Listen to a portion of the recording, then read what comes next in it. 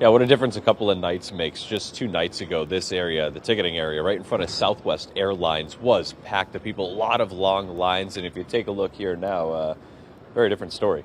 Nobody's really here, even at employees over at the stations here. There's no one except for a couple of self-check-ins over further down, maybe a few hundred feet away from us at this point. And it seems Southwest customers whose flights were canceled aren't even trying to rebook here in person as they were a couple days ago. And tonight, people are finally getting back home to the Valley after they were stranded for days in other cities.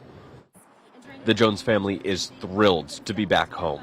When we saw the Arizona sign specifically, we started yelling. The Joneses were on the East Coast and thought they'd be back in Phoenix for Christmas. But Wednesday evening was the first time they've been in Arizona for more than a week. It's a relief. It was a relief. It's just been such a crazy ride. They took a trip to D.C. and were supposed to fly back to Arizona on Christmas Eve.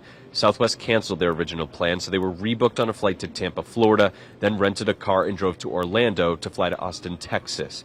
After they were stuck there for 2 days, they decided to rent a car and drive the rest of the way.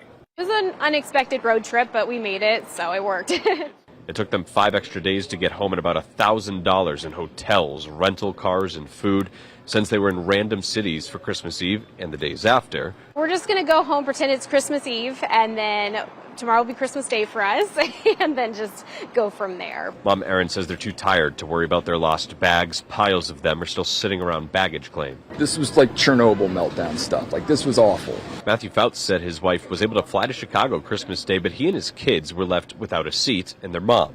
Now their bags are en route to Chicago, and he was told their luggage would likely get there after his wife leaves. My wife's medication was in one of the bags, which that was a mistake. Never do that.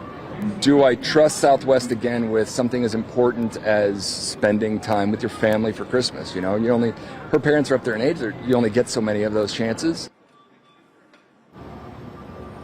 Now, if you're wondering where your bag is, you are certainly not alone. Southwest has packed up hundreds of bags here to mail back to their customers for free. Southwest also now has a special link just for people who are traveling between December 20th through the 27th. The goal there, hopefully, to connect people with the bags that they are not with at this point.